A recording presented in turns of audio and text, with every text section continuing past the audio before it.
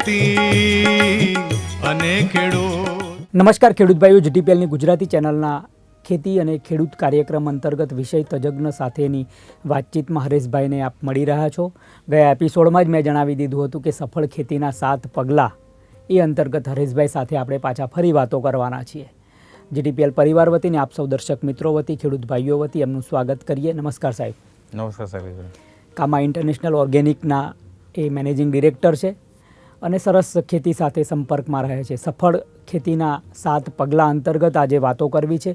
ગઈ વખત સાહેબે થોડી વાત કરી હતી, આપણે એ વાતને થોડીક ઊંડાણપૂર્વક સમજીને પાછા સફળ 7 પગલાં ઉપર જવું છે. સાહેબ, આપે જે વર્મી કમ્પોસ્ટની વાત કરી અને ગાય અને જે ના ખાતું હોય જે ઘાસ, એ ઘાસમાંથી તમે આ દવા બનાવી અને છાંટો તો એમાં ફરક પડે છે. વાંદરો અને ગાય ના ખાય છે. વાંદર ને ગાય, બરોબર. તો એવી વનસ્પતિ કઈ સાહેબ, એ થોડો ફોકસ જો તો આપને ખબર હોય તો. હા, ચોક્કસ શૈલેષભાઈ, પણ આપણે ખાસ કરીને આ એપિસોડમાં વાત કરવાની છે સફળ ખેડૂતના 7 પગલાં. એની અંદર આપણે ઇન્ક્લુડિંગ લઈ લઈશું કે એવી કઈ જૈવિક દવાઓ છે તમે ઘરે બનાવી શકો છો, એના વિશે આપણે ડિટેલમાં વાતચીત કરશું આ એપિસોડની અંદર. પણ ખાસ કરીને આપણે 7 પગલાં ખેડૂત મિત્રો જાણવાના છે. એક તો છે, પહેલું પગલું છે કે પ્રકૃતિને ઓળખો. પ્રકૃતિને ઓળખો. હા, પ્રકૃતિને જેટલા ઓળખશો મિત્રો તો એટલું જ તમારું પ્રકૃતિનું સમાધાન થશે. ખાસ કરીને હું એક્ઝામ્પલ આપું કે દર વર્ષે રોગ અને જીવાત હંમેશા દરેક વર્ષે અલગ અલગ આવે છે શૈલેષભાઈ. હાજી. બરોબર છે. તો પ્રકૃતિનું સર્જન જેનાથી થયું છે એનાથી જ એનો વિનાશ થાય છે. દાખલા તરીકે આપણે લઈ લઈએ કે ભાઈ મિલીબગનો પ્રોબ્લેમ આવે છે ખેડૂત મિત્રો, તો મિલીબગ માટે જે આપણે કીડી મકોડા કહીએ છીએ એના દ્વારા અસરકારક નિયંત્રણ થઈ શકે છે મિત્રો. પણ જ્યારે આપણે કેમિકલ પેસ્ટિસાઇડ વધારે પડતા નાખીએ છીએ, આપણે પ્રકૃતિને નથી ઓળખતા અને પ્રકૃતિને ક્યાંક ને ક્યાંક ઝેર આપણે નાખી રહ્યા છે મિત્રો, તો એના કારણે છોડની જે રોગપ્રતિકારક શક્તિ છે ઘટે છે, ઉત્પાદન ઘટે છે અને આપણા ખર્ચા વધે છે મિત્રો. તો પહેલો આપણો પગથિયું એ છે કે પ્રકૃતિને જેટલા ઓળખીશું અને પ્રકૃતિની સાથે રાખીને આપણે જેટલી ખેતી પદ્ધતિ કરીશું એટલી જ ખેતીને આપણે નફાકારક લઈ શકશું. બીજો મુદ્દો છે શૈલેષભાઈ કે આપણે જમીનને જે જોઈએ છે આપવાનું છે. બિલકુલ સાહેબ. કે જમીનની અંદર જે છોડને કુલ ટોટલ 17 પ્રકારના પોષક તત્વો જોઈએ છે, એમાં કાર્બન, હાઇડ્રોજન અને ઓક્સિજન શૈલેષભાઈ એ હવા અને પાણી દ્વારા મળે છે. બીજું છે નાઇટ્રોજન, ફોસ્ફરસ અને પોટાશ, જે પાકને ખૂબ જ જરૂરી પોષક તત્વો છે. જો નાઇટ્રોજન શૈલેષભાઈ 72% હવાની અંદર નાઇટ્રોજન રહેલો છે, ફોસ્ફરસ 32% જમીનમાં ઓલરેડી લભ્ય છે, અલભ્ય સ્વરૂપમાં પડેલો છે, પણ એને લભ્ય કરવા માટે બેક્ટેરિયા તમે આપો તો 110% એ લભ્ય થઈ શકે છે મિત્રો. અને પોટાશની ખાસ કરીને વાત કરીએ તો પોટાશ છે ખેડૂત મિત્રો ખાસ કરીને જરૂરી વસ્તુ છે. કોઈ પણ પાકનું ઉત્પાદન લેવું છે, પાકનું જે તમે ધાન્ય વર્ગનો પાક છે કાં તો કોઈ બાગાયતી પાક છે, એમાં તમારે ફ્રૂટની સાઇઝ વધારવી છે, એની કલરિંગ શાઇનિંગ લાવવી છે, તો બોરોન છે, ફેરસ છે, મેંગેનીઝ છે, ઝીંક છે, કોપર છે, બોરોન છે, આ સૂક્ષ્મ પોષક તત્વો આપવા ખૂબ કરીને જરૂરી છે. અને ખાસ કરીને ખેડૂત મિત્રો આપણે વાત કરીએ પાકનો વૃદ્ધિ વિકાસ, સમયસર વહેલા આપણે ફ્લાવરિંગ લાવવું છે. વાહ. અને સમયસર આપણે ઉત્પાદન સારામાં સારું લેવું છે અને બજાર ભાવ સારા મેળવવાના છે.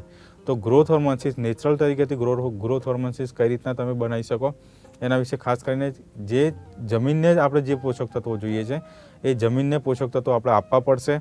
જો જમીનમાં પોષક તત્વો ઓલરેડી કુદરતી રીતે લભ્ય થશે ખેડૂત મિત્રો, તો કુદરતી રીતે સારામાં સારું તમને ખેડૂત ઉત્પાદન મળશે. ત્રીજી વસ્તુ છે પાકને જે જોઈએ છે આપો શૈલેષભાઈ. બિલકુલ સાહેબ. પાકને કુલ જરૂરી મેં તમને કીધું ખેડૂત મિત્રો કે શરૂઆતમાં કુલ ટોટલ 17 પ્રકારના પોષક તત્વો છોડને જરૂરી છે.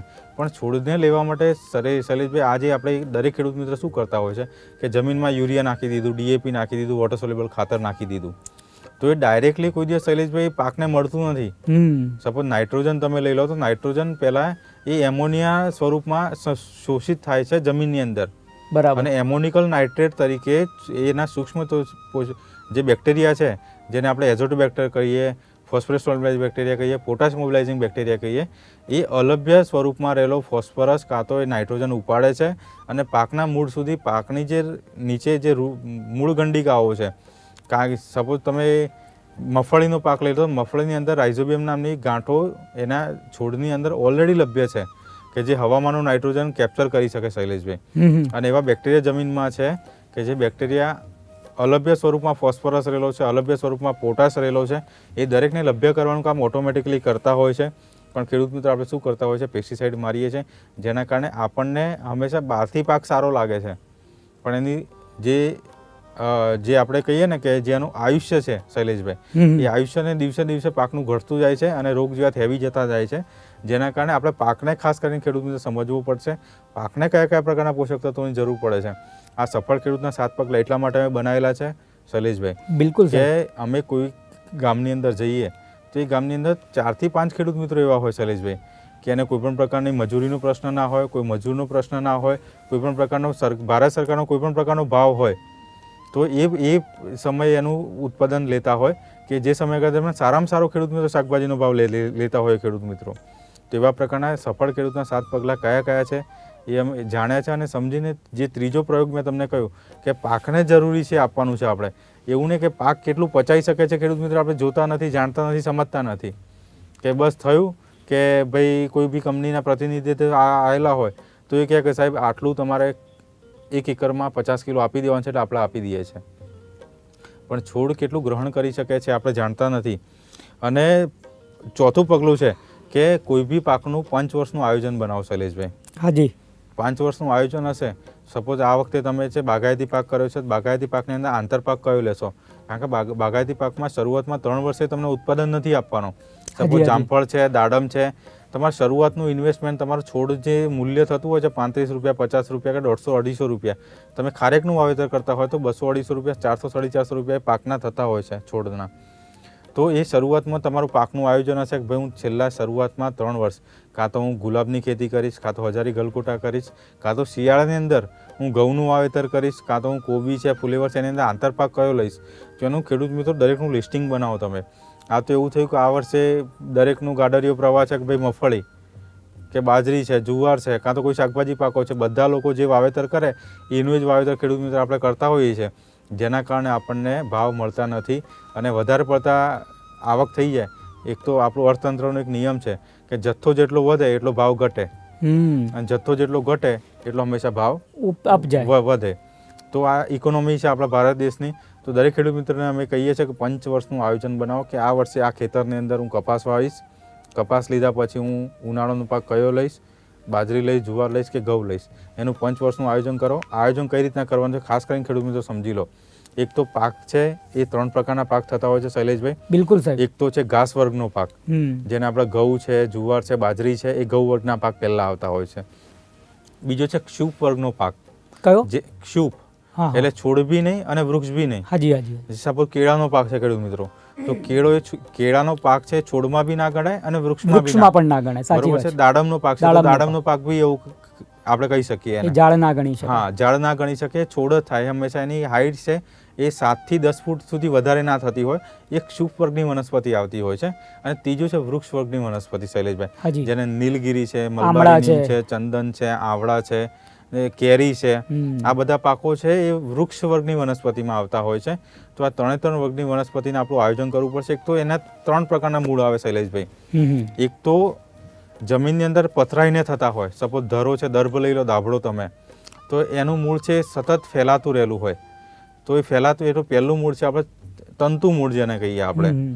બીજું મૂળ છે ચોટી મૂળ, જેનું હંમેશા જે પાકનું વાવેતર કરો છો, વાવેતર કરવાથી એ 2 ભાગમાં વિભાજન થતું હોય. સપોઝ તમે કોઈ પણ કઠોળનો પાક લઈ લો શૈલેષભાઈ, કઠોળનો પાકનું વાવેતર કરો ને એટલે દ્વિદળી હોય, એટલે હંમેશા એ છે ને ઉપરથી 2 એના પાન નીકળે એટલે એને દ્વિદળી કહેવામાં આવે. હવે જે કપાસનો પાક છે એક મૂળી કહેવામાં આવે, જેનું ચોટી મૂળ આવે શૈલેષભાઈ. એ છેક ઊંડે જાય, નીચે છેક ઊંડે સુધી જાય અને સ્ટેબલ રાખવાનું કામકાજ કરે વૃક્ષની અંદર. અને જે કપાસનો પાક છે કે જેની અંદર એ વૃક્ષના મૂળ છે ચોટી આકાર થતા હોય છે અને એક સ્ટેબલ રહે અને બીજા તંતુ મૂળ થાય એના દ્વારા પોષક તત્વો મેળવતો હોય છે. તો આ 3 પ્રકારનું રૂટિંગ સિસ્ટમ આપણે જાણવું પડશે ખેડૂત મિત્રો. એક તો પહેલા વર્ષે એવું આયોજન કરો કે જે મૂળ ઊંડે સુધી જતા હોય એવા પાકનું વાવેતર કરો. બીજા વર્ષે તમે જે આયોજન કરો, બીજી સિઝનનું આયોજન કરો કે એવા મૂળ હોય જે 45 સેન્ટીમીટરથી ઊંડા ના જતા હોય. એ સપોઝ કઠોળ છે, તેલીબિયાના પાકો છે, મગફળી છે, એવું વસ્તુ. એટલે હંમેશા કપાસ લીધા પછી કાં તો મગફળીનું વાવેતર કરો, મગફળી લીધા પછી તમે ઘઉંનું વાવેતર, કાં તો એ રીતના આયોજન કરી અને તમે કરશો તો 110% પાકનું આયોજન છે સારામાં સારું કરી 5 વર્ષીય પાકનું આયોજન કરશો ખેડૂત મિત્રો, તો 110% તમારું જે ખેતીમાં છે લભ્ય માત્રામાં તમે ઉત્પાદન લેવું છે, સારામાં સારું ઉત્પાદન લેવું છે તો તમે લઈ શકશો શૈલેષભાઈ. હરેશભાઈ, સફળ ખેતીના 7 પગલાં તો 5 પગલાં સુધી આપે વાત કરી. 4 પગલાં થયા. આજે એક પગલું પંચવર્ષીય યોજના આપણે થયું. હા હા. ચોથું અને 5મું છે રોગ અને જીવાતને ઓળખવાનું છે આપણે. એને કઈ રીતે આઈડેન્ટિફિકેશન કરવી હા ખેડૂતોએ. તો પહેલું કામ તો આપણે આપણો દુશ્મન જો ઓળખી લઈએ તો પછી એ 50% કામ તો ત્યાં જ પૂરું થઈ જાય. 100% છે. તો એ અંગે વાત કરો. આપ ખૂબ ઉત્સાહિત છો. હા હા ચોક્કસ હરેશભાઈ. રોગ અને જીવાતને ખાસ કરીને ખેડૂત મિત્રો ઓળખવાના છે. ખેડૂત મિત્રો જોડે અમે જઈએ શૈલેષભાઈ, હાજી. એટલે હંમેશા જીવાતો છે 4 થી 5 પ્રકારની આવતી હોય છે, કંઈ વધારે જીવાતો નથી. હા હા. આમ તો પ્રકૃતિએ છે ને 200 થી વધારે જીવાતો બનાવેલી છે શૈલેષભાઈ. હા. અને જ્યારે આપણે પહેલું ચોમાસું ચાલુ થાય, પહેલો વરસાદ પડે ને એટલે પછી તમને અલગ પ્રકારની તમે પ્રકાશ ચાલુ કરો, કોઈ બી જગ્યાએ લાઇટ ચાલુ કરો, એ તમને ત્યાં બધી અલગ પ્રકારની કેટલાય પ્રકારની તમને એ જીવાત જોવા મળશે શૈલેષભાઈ. બિલકુલ બિલકુલ. હંમેશા પ્રકૃતિની કોઈ બી ઘટના બને છે, એ ચાહે ભૂકંપની ઘટના હોય કે ચાહે કોઈ બી રોગ અને જીવાત આવવાનો હોય શૈલેષભાઈ, તેની ઘટના હંમેશા પ્રકૃતિ પહેલા અગાઉથી જણાવે છે આપણને. હા હા. બરોબર. સુનામી આવવાનો તો સુનામી ડાયરેક્ટલી નથી આવી જતું, પણ પ્રકૃતિની અંદર એવી ઘટનાઓ બને છે જેના દ્વારા તમે અગમચેતીથી પગલાં ખેડૂત મિત્રો લઈ શકો છો. એમ આપણે આપણા રોગ અને જીવાતને ખાસ કરીને ઓળખવાના છીએ. તો અત્યારે સપોઝ મગફળીની અંદર મુંડા આવવાના છે, તો મુંડા આવવાની શરૂઆતમાં ખેડૂત મિત્રો આપણી ઓફિસે આવેલા તે વખતે તમને કહ્યું હતું કે આ વખતે મુંડાનો પુષ્કળ પ્રમાણે ખેડૂત મિત્રો પ્રોબ્લેમ રહેશે, કારણ કે જ્યારે પહેલો વરસાદ પડે છે, બીજો વરસાદ પડે છે, તો એની અંદર એ પુખ્ત અવસ્થામાં હોય છે શૈલેષભાઈ, અને ઉડી શકે છે એ અવસ્થામાં હોય છે, અને એ સમયગાળા દરમિયાન એક સેક્સ ક્રિયા કરી અને પોતાની પ્રજોત્પત્તિ વધારે કરતું હોય છે. તો એ સમયગાળા દરમિયાન આપણે અગમચેતી રૂપે પગલાં લઈએ, કાં તો બિયારણને પટ આપી દઈએ, બરોબર છે, તો 45 દિવસ સુધી એનું પ્રોટેક્શન તમે રાખી શકો છો મિત્રો. તો આપણને કોઈ બી રોગ અને જીવાત આવે છે, રોગો બી 6 થી 7 પ્રકારના રોગો છે. એક તો હંમેશા મૂળને કોરી ખાવાના રોગો છે, તો એના માટે આપણે ડૉક્ટર ફંગસ્ટાર કરીને બનાવેલી છે, જે 650 પ્રકારની જીવાતો જે છે, 450 પ્રકારથી વધારે જીવાતો અને રોગો છે એને કંટ્રોલેશન કામકાજ કરવાનું કામકાજ કરે છે. બીજી વસ્તુ છે કે જીવાતોને તમારે ઓળખવી છે, તો જીવાતો બી એક તો પાનની નીચે રહીને શૈલેષભાઈ નુકસાન કરે છે, અને કાં તો પાનને કટિંગ કરીને એટલે ખાઈને નુકસાન કરતી હોય છે. તો આ બંને પ્રકારની જીવાતો અલગ હોય છે. એક તો રસ ચૂસીને નુકસાન કરે છે, અને બીજું છે પાનને ક્યાંક ને ક્યાંક કટિંગ કરીને, કાં તો એમાં રસ શોષણ કરીને, કાં તો ડૂંખની અંદર એ ઈયળ પડી, કાં તો ગર્ભની અંદર ક્યાંક ને ક્યાંક, અને ગુલાબી ઈયળ છે એ પુખ્તાવસ્થા દરમિયાન જ્યારે એનું ફૂંદું નીકળતું હોય તો એ સમયગાળા દરમિયાન ક્યાંક એનો ડંખ મારી અને અંદર પોતાનું પ્યુપા છે, એ પોતાના ઈંડા છે ત્યાં મૂકતી હોય છે, અને અંદરનો ગર્ભ કોરી ખાઈને નુકસાન કરતું હોય છે. તો આ બધા પગલાં શરૂઆતથી આપણે લઈશું તો 110% રોગ અને જીવાતને આપણે નિયંત્રણ કરી શકીશું. બિલકુલ હરેશભાઈ, આપે સરસ વાત કરી કે 4-5 જીવાત જે છે એ નુકસાન કરે છે. મેં એવું સાંભળ્યું છે કે 93 જીવડા તો 93 જીવડા તો ખેડૂતોને હેલ્પ કરે છે, મદદ કરે છે. 100% શૈલેષભાઈ. અને 7 જીવડા જ નુકસાનકારક હોય છે. એમાં જો કામાની કે કોઈ પણ આયુર્વેદ આજે જે જૈવિક પ્રોડક્ટ છે એનો ઉપયોગ કરો તો જે પેલા 93 જીવડાને નુકસાન થતું નથી. આ 7 જીવડાને જ આપણે નપુસંક કાં તો એ રીતે એમને કામ કરતી એમની પ્રક્રિયા અટકાવીને આપણે પ્રકૃતિને અને પ્રકૃતિ આધારિત આપણે ખેતી કરી શકીએ. હરેશભાઈ, આ વિશે શું કહેશો? શૈલેષભાઈ, વૈજ્ઞાનિકો એવું ખાસ કરીને કહ્યું છે કે તમે આ પૃથ્વી પર જ્યારે મધમાખી નિષ્ક્રિય થઈ જશે, એટલે નાશપ્રાય થઈ જશે, ત્યારે મનુષ્ય જીવન શક્ય નથી. શું વાત કરો છો? 100% છે. આ વૈજ્ઞાનિકોએ, નાસાના વૈજ્ઞાનિકોએ લખ્યું છે કે મધમાખીને જીવંત રાખવી પડશે, તો ઝેરમુક્ત ખેતીની અંદર આપણે આવવું પડશે. ખેડૂત મિત્રો, ખાસ કરીને અમે ખેડૂત મિત્રોને કહેતા હોય છે કે જેટલી મધમાખીનું પ્રમાણ તમારા ખેતરમાં વધશે, પહેલા પતંગિયા ખેડૂત મિત્રો જોવા મળતા હતા આપણને ખેતરમાં, અત્યારે નથી, રંગબેરંગી પતંગિયા નથી જોવા મળતા. તો જેમ દિન પ્રતિદિન અમુક જે પ્રજાતિઓ છે લુપ્ત થતી જાય છે, તો એ પ્રજાતિઓને આપણે બચાવવી પડશે, જાળવણી કરવી. પ્રકૃતિને જેટલું જાળવણી કરશું, અને રોગ જીવાતને નાથવા માટે આપણે જે પેસ્ટિસાઇડ વાપરીએ છીએ એ અમુક જ જીવને મારે છે. 93 જીવડા જે આપણે જે ફાયદાકારક છે એને આપણે મારી રહ્યા છે ખેડૂત મિત્રો, ક્યાંક ને ક્યાંક આપણે બહુ મોટું નુકસાન કરી રહ્યા છે. તેના તરફ આપણે આગળ વધવું પડશે. અને આપણે જે છઠ્ઠો આપણો નિયમ છે સફળ ખેડૂતના 7 પગલાંની અંદર, કે સમય અને બજારને ઓળખો. ક્યાં વાત હે શૈલેષભાઈ, સમય અને બજાર. હા, સમય બહુ બળવાન છે, અને સમયને જે ખેડૂત મિત્રો ઓળખી જાય છે. મેં એવી વાત કરી કે અમુક ખેડૂત મિત્રો એવા છે કે સપોઝ બિન સિઝનની અંદર સપોઝ મેથી છે, ધાણા છે, એનું વાવેતર કરતા હોય છે, તો 1000થી લઈને 2000 રૂપિયાનો એક મણનો ભાવ ખેડૂત મિત્રો લેતા હોય છે. બજારને ખાસ કરીને સમજવાનું છે, સમયને ખાસ કરીને સમજી બધા લોકો ખેડૂત મિત્રો જે કરતા હોય એને ઊંધી દિશામાં આપણે જવાનું છે.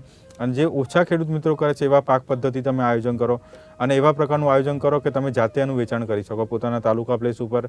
અમે ટૂંક સમયમાં તમને જણાવીશું કે ફેસબુકના માધ્યમથી, વોટ્સએપના માધ્યમથી ઓટોમાઇઝેશન દ્વારા તમે પોતાનો ધંધો પોતાના સમગ્ર વિશ્વની અંદર કઈ રીતના લઈ જઈ શકો. એક સંગઠન બનાવી અને ખેતી કરશો તમે અને એક જ પાકનું વાવેતર કરી સંગઠનમાં કરશો અને સંગઠનમાં એનું ઉત્પાદન થશે ખેડૂત મિત્રો, તો સંગઠનની અંદર તમને ભાવ બી સારામાં સારા મળશે. કારણ કે કોઈ બી વસ્તુ એક્સપોર્ટ કરવી છે ખેડૂત મિત્રો, તો એક્સપોર્ટ કરવા માટે મિનિમમ 8 થી 10 ટનનું એક કન્ટેનર થાય. તો એ કન્ટેનર લોડ કરવા માટે એક જ સરખી ક્વોલિટીનું, જે સપોઝ શાકભાજી લઈ લો, ભીંડા લઈ લો કાં તો મરચાં લઈ લો, હવે આપણે વીઘો 2 વીઘા કાં તો 1 એકર 5 એકરની અંદર કરતા હોય છે. જ્યારે અંદર એની વીણી આવતી હોય છે, તે વીણી શું આવે 50 મણ 60 મણ આવતી હોય છે. તો આપણે એને 8 ટન 10 ટન 5 થી 10 ખેડૂતો ભેગા મળી એક જ વેરાયટીનું શૈલેષભાઈ વાવેતર કરે. એક જ વેરાયટીનું વાવેતર કરવાથી આપણને શું છે, એક તો એક જ વેપારી એને બધું લઈ જવાનો છે પહેલી વસ્તુ, એટલે અને એક્સપોર્ટ કરશે તો એને ભાવ સારા મળશે, તો આપણને ખેડૂત મિત્રો ભાવ સારા મળવાના છે. તો સમય અને બજાર વ્યવસ્થા પણ જાણ્યો અને સમજો. કે એક તો દરેક ખેડૂત મિત્રોને નમ્ર વિનંતી છે કે એક તો ડાયરી બનાવો, પોતે ડાયરીની અંદર લખો કે કયા નક્ષત્રની અંદર મેં વાવેતર કર્યું છે, કઈ તારીખે વાવેતર કર્યું છે, વાવેતર કરવાની તારીખના કેટલા દિવસે શૈલેષભાઈ ફૂલ આવે છે, એના ફૂલ આવે છે, કેટલા દિવસે રોગ અને જીવાત જોવા મળે છે, કયા સમયે કઈ દવા છાંટી, કયા એગ્રો સેન્ટર ઉપરથી લાયા, એનો બિલ નંબર છે, બધી વસ્તુની નોંધણી કરો. અને પહેલું વીણી ક્યારે આવી, તો પહેલી વીણીનો વજન કેટલો થયો, કયા વેપારીને આપી, કેટલા પૈસામાં ગઈ અને કેટલી આવક થઈ, કેટલો ખર્ચો કર્યો. શરૂઆતમાં તમે સપોઝ ખેતર ખેડવાનો ખર્ચો લઈ લો, દાંતી મારવાનો ખર્ચો લઈ લો, આંતરપાક કરવાનો, રોટરી મારવાનો, બધો ખર્ચો તમે લખો ખેડૂત મિત્રો. એના આધારે તમને ખબર પડશે કે હું 1 એકરની અંદર સાહેબ મારો લાગત મૂલ્ય મારું 15,000 છે, જ્યારે મારી 30,000 આવક થઈ છે, તો 15,000 મારો ખર્ચો છે અને 15,000 મારો નફો છે. તો આ રીતનું સમયની સારણીનું આયોજન કરો મિત્રો. અને કયા બજાર ભાવની અંદર તમે વેચો છો, કઈ જગ્યાએ તમને ભાવ વધારે મળે, એવા ફેસબુકની અંદર, યુટ્યુબની અંદર મોટાભાઈ વિડીયો જુઓ.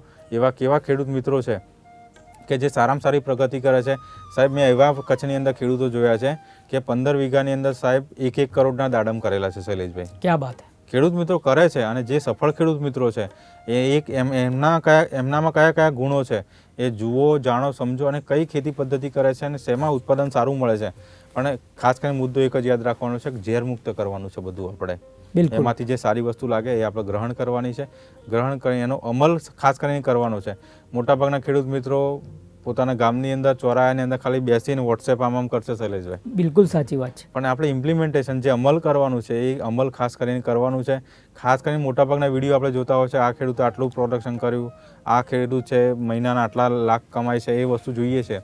પણ એને અમલ કરવાની જ્યારે વાત આવે, અને આપણા વડાપ્રધાન મોદી સાહેબ બી કહે છે કે ભાઈ જ્યાર સુધી આપણે ટાઈમ પાસ કરીશું ત્યાર સુધી આપણને સમયનું વળતર નહીં મળે, પણ આપણે એને અમલ કરતા થઈશું. કારણ કે ભારતનું એક ડગલું સાહેબ ઝેરમુક્ત ખેતીની તરફ આગળ વધે તો ભારત દેશની 130 કરોડની જનતા, 130 કરોડના મિત્રો બધા જો વિચારે કે સાહેબ હું સારું ખાઈશ અને ખેડૂતને સારો ભાવ આપીશ શૈલેષભાઈ, 130 કરોડ ભારતીયો વિચારે કે મારે સાહેબ ભલે દૂધની અંદર 2 રૂપિયા વધશે એનો કોઈ વાંધો નહીં, પણ મને જૈવિક રીતે પકવેલું દૂધ જોઈએ સાહેબ. જૈવિક રીતે પકવેલું, જેટલો ભાવ વધો એટલો વધે, એની સાથે કોઈ નિસ્બત નથી. તો આ રીતના અર્થતંત્ર દરેક લોકો વિચાર થશે. ખેડૂતનું વિચારશે તો ખેડૂત ચોક્કસપણે તમારું બી વિચારશે. અને દરેક મિત્રોએ સાથે મળીને આપણે ચાલવાનું છે. આપણે આઝાદીના 75 વર્ષ થયા, દરેક મિત્રોને આપણે કહીએ છીએ કે ઝેરમુક્ત ખેતીની દિશાની અંદર આગળ વધશો તો 110% આવનારું ભવિષ્ય સોનેરી છે શૈલેષભાઈ. ખૂબ સરસ. 7મો કયો મંત્ર છે તમારો? આપણે જે અમલની વાત કરી એમાં નિયમિતતા પહેલી છે શૈલેષભાઈ. કોઈ પણ વસ્તુ છે સમયસર કરવી અને નિયમિત કરવી. કે સપોઝ આપણે પોતાના ખેતરમાં છે તો ખેતરમાં નિયમિતપણે જવું, ઓબ્ઝર્વેશન કરવું કે મારો પાકની અવસ્થા કઈ છે, એની અંદર શું રોગ જીવાત લાગેલા છે, નિયમિતપણે જવું પડશે. એવું નહીં કે અમુક વખત અમુક અમે ફાર્મની અંદર જઈએ છીએ શૈલેષભાઈ, તો અમુક ફાર્મની અંદર CCTV કેમેરા રાખેલા છે એને, તો કયા છોડની અંદર કેટલું પાણી જાય છે, કેટલા લીટર પાણી ગયું 1 એકરની અંદર, બધાના કેલ્ક્યુલેશન હોય છે શૈલેષભાઈ. ક્યાં વાત. તો નિયમિત રીતે આપણા ખેતરનું ઓબ્ઝર્વેશન કરીએ, પાકનું ઓબ્ઝર્વેશન કરીએ અને પાકને જે જરૂરી પોષક તત્વો છે એ જ આપીએ. બરોબર છે. એક તો ગાય આધારિત ખેતી પદ્ધતિ, એટલે પહેલાં પોતાની ફાર્મની અંદર આપણે ગાય બાંધવાની છે, નિયમિત રીતે એની જોડે જશો તો તમારા શરીરના જે પ્રોબ્લેમ છે એ પોતે સૂંઘીને તમારા સમસ્યાનું સમાધાન કરશે. બીજી વસ્તુ, એ ખેતરમાં જશે તો ખેતરમાં એવી વનસ્પતિ જે ખાશે કે જે તમારા ગૌમૂત્રની અંદર કે તમારા પાકની અંદર કોઈ પણ પ્રકારના પ્રશ્નો છે શૈલેષભાઈ, તો એવું ગૌમૂત્ર આપશે જેનો છંટકાવ કરવાથી રોગની જીવાત ઓછા થઈ જશે પહેલી વસ્તુ. અને બીજી વસ્તુ છે, આપણે નિયમિત રીતે આપણા પાકને ઓળખીશું અને ખેતરમાં રેગ્યુલર આપણે જતા જઈશું તો આપણને ખબર પડશે કે રોગ જીવાત અગમચેતીના સપોઝ શરૂઆતમાં શૈલેષભાઈ એકદમ જીવાત હેવી ના થઈ જાય. પહેલાં 1-2 તમને જીવાત જોવા મળતી હોય, પણ શરૂઆતમાં ખેડૂત મિત્રો શું છે, પોતાના ખેતરની અંદર આંટો જ ના મારે, જોવે જ નહીં, અને પછી ખબર પડે કે ભાઈ ચૂસ્યા પ્રકારની જીવાતનો એટેક થઈ ગયો છે, પછી શું કરવું? પછી શું કરે? પોતાના તાલુકા પ્લેસ ઉપર જાય, એગ્રોવાળાને ત્યાં જાય અને જે દવા મળે એ લાઈન છંટકાવ કરે. પહેલો છંટકાવ કરે, બીજી વાર જાય, પછી એમ કે સાહેબ આ નહીં, આ ડોઝ મારો તમે. કારણ કે દિવસે ને દિવસે કેમિકલ નાખવાથી જીવાત હેવી થવાની છે. પછી એક સમય એવો આવશે ખેડૂત મિત્રો કે તમે 1 લીટરની બોટલ છે છોડ ઉપર નાખી દેશો તો તમને રિઝલ્ટ મળશે નહીં. જ્યારે પ્રાકૃતિક ખેતીની અંદર તમે ગૌ આધારિત ગાયના ગૌમૂત્ર બેઝ તમે દવા બનાવેલી હશે, ગાય જે વનસ્પતિ ખાધી છે એ સિવાયની જે વનસ્પતિ ખેતરમાં રહે છે મિત્રો, એને એને ક્રશ કરી અને ગૌમૂત્રમાં ઉકાળી અને એનું દ્રાવણ તમે છંટકાવ કરશો. કદાચ પહેલા છંટકાવમાં ખેડૂત મિત્રો તમને રિઝલ્ટ નહીં મળે, પણ બીજો છંટકાવ કરશો, ત્રીજો છંટકાવ કરશો અને નિયમિત રીતે ઓબ્ઝર્વેશન કરશો તો તમને રોગ અને જીવાત છે દિવસે દિવસે ઓછા થતા જોવા મળશે. આજે આપણે વાત કરી સફળ ખેડૂતના 7 પગલાં. આ 7 પગલાં તમે જેટલો અમલ કરશો તો તમારે વાવણીથી લઈને કાપણી સુધી ખેડૂત મિત્રો કોઈ જગ્યાએ પ્રોબ્લેમ નહીં આવે. જ્યારે વાવણી કરો છો નક્ષત્ર આધારિત ખેતી પદ્ધતિથી વાવણી કરો. પલકેશભાઈના વિડીયો અમે રેગ્યુલર તમને આપતા રહીએ છીએ અને ભવિષ્યમાં પણ આપશું. અને GTPLના માધ્યમથી આજે જે આપણે વાત કરી કે સફળ ખેડૂતના 7 પગલાં, એ 7 પગલાં ખેડૂત મિત્રો તમે ધ્યાનમાં રાખશો તો તમારા ખેતીને ભવિષ્યની અંદર સોનેરી તકો આની અંદર રહેલી છે મિત્રો. હરેશભાઈ, લીમડો પણ એક કલ્પવૃક્ષ એવું મનાય છે. હા, 100%. 56 પ્રકારના તત્વો સમાયેલા છે અને એનો પણ આપણે આ ઓર્ગેનિક ખેતીમાં ઉપયોગ કરી શકીએ તો ઘણો બધો ફાયદો થાય ખેડૂતોને. ચોક્કસ શૈલેષભાઈ, કારણ કે આપણી આજુબાજુ 8500 પ્રકારની વનસ્પતિ છે શૈલેષભાઈ. એ 8500 પ્રકારની વનસ્પતિ, દરેકના ફળ અલગ છે, દરેકના ફૂલ અલગ છે, દરેકના પાન અલગ છે, દરેકના ગુણધર્મો અલગ છે શૈલેષભાઈ. તો પ્રકૃતિની અંદર પહેલો આપણે નિયમ લીધું કે એને જાણવું પડશે, સમજવું પડશે. લીમડો સૌથી લીમડો સાહેબ 200 પ્રકારની જીવાતોને કંટ્રોલ કરે છે. એના માટે અમે વૈદિક પદ્ધતિથી નીમ ઓઇલ ફાળ્યું શૈલેષભાઈ આ વખતે, અને ખેડૂત મિત્રોને બહુ સારા પરિણામો મળે એનાથી. ડૉક્ટર નીમકસ કરીને મૂક્યું. તો એક તો વસ્તુ આપણને જે મફતમાં મળી છે ને એની શૈલેષભાઈ આપણને વેલ્યુ નથી પહેલી વસ્તુ. બિલકુલ. દરેક ખેડૂત મિત્રોને કહે છે ગાયનું ગૌમૂત્ર લઈ લો, અને ગાયના ગૌમૂત્રને કાં તો લીંબોળી મળે તમને, કાં તો લીંબોળીના પાન મળે, લીમડાના પાન મળે. એનું ક્રશ કરી અને એને તમે આથવણ કરીને કાં તો ઉકાળો, તમે ઉકાળીને જે 50% દ્રાવણ રહે એને 15 લીટર માત્ર 1 લીટર નાખી અને તમે છંટકાવ કરશો તો બધા પ્રકારના રોગની જીવાત કંટ્રોલ થઈ જાય શૈલેષભાઈ. પણ આપણે શું છે, રેડીમેડ જોઈએ છે, કોઈને કામ નથી કરવું. એક તો આળસ છે પહેલી વસ્તુ. દરેક ખેડૂત મિત્રને આળસ ખંખેરવી પડશે. જેટલું બને ખેતરમાં એટલું જાતે બનાવો, અને જ્યારે પર્યાય ના હોય કે ભાઈ સપોઝ વરસાદ આવી રહ્યો છે, બનાવવાનો ટાઈમ નથી, તો એ સમયગાળા દરમિયાન કામા ઇન્ટરનેશનલ ઓર્ગેનિકની ટીમ સતત તમારી સાથે છે. તમારે કોઈ પણ પ્રકારના પ્રશ્નો હોય તો કોમેન્ટ કરીને અમને કહેજો અને લખજો તમે. તો જે પણ સમસ્યા છે એનું સમસ્યાનું સમાધાન અમે આપવાનો ચોક્કસ પ્રયત્ન કરીશું શૈલેષભાઈ. ખૂબ સરસ હરેશભાઈ, સફળ ખેતીના 7 પગલાં અંતર્ગત વાતો કરી. GTPL પરિવાર વતી ને સૌ ખેડૂત ભાઈઓ વતી, સૌ દર્શક મિત્રો વતી એમનો હાર્દિક આભાર માનીએ સ્ટુડિયોમાં આવવા માટે. આભાર સાહેબ. આભાર શૈલેષભાઈ.